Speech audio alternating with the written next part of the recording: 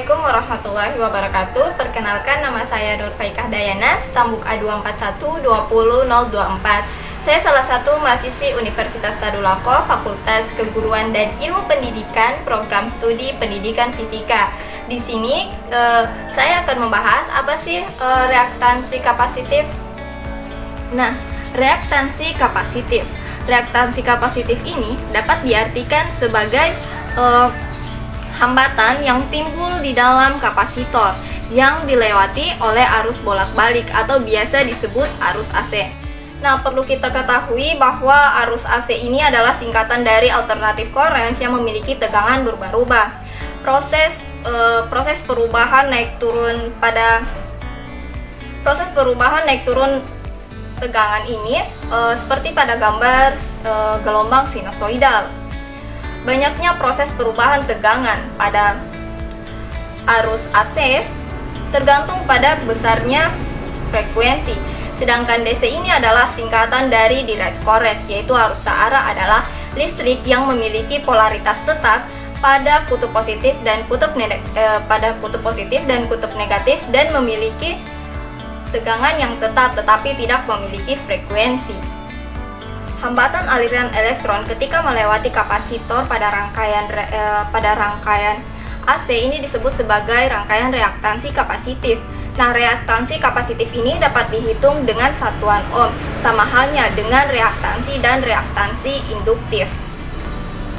Rumus dari reaktansi kapasitif yaitu Xc sama dengan 1/2 kali Pi kali F kali C, di mana Xc ini sebagai reaktansi kapasitif dengan satuan ohm.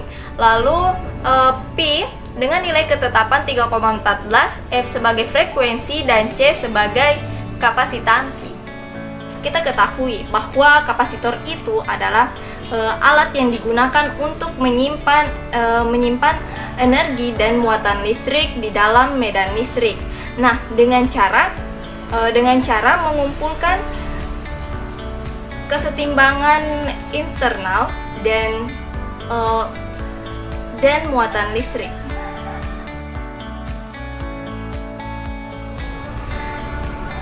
Nah, hubungan arus dan tegangan terhadap rangkaian reaktansi kapasitif, yaitu arus yang melalui kapasitor merupakan reaksi dari perpindahan tegangan pada kapasitor. Nah, karena kapasitor ini menghantar arus berbanding lurus dengan laju perubahan tegangan terhadap kapasitor tersebut.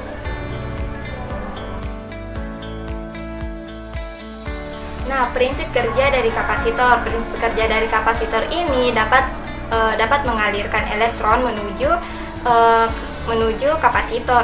Nah, sifat kapasitor yaitu dapat menyimpan muatan yang digunakan sebagai tempat untuk mengalirkan elektron tersebut.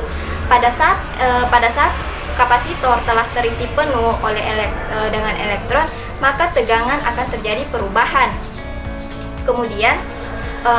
Kemudian elektron keluar dari kapasitor dan mengalir menuju rangkaian yang dibutuhkannya. Nah, dengan begini kapasitor akan membangkitkan relatif suatu rangkaian. Nah, adapun alat dan bahan yang kita gunakan dalam percobaan ini, yang pertama ada multimeter amperemeter. Multimeter amperemeter ini berfungsi untuk mengukur kuat arus tegangan listrik. Nah, yang kedua yaitu ada multimeter voltmeter, berfungsi untuk mengukur besar arus tegangan listrik. Nah, yang ketiga yaitu ada kapasitor. Kapasitor ini berfungsi untuk menyimpan muatan listrik.